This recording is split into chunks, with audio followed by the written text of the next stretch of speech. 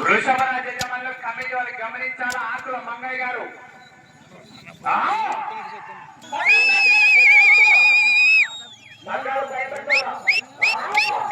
బాబు అల్లబాగేష్ గారు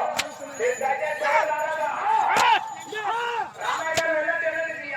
ఆకుల మంగయ్య రామయ్య ఏం చెప్తారు చాలా దయచేసి ఎవరు లోపలికి రాదండి. శ్రీనివాస్ గారు బాబు క్రమశిక్షణతో పోరాలి. క్రమశిక్షణ పండం పండం కాదు.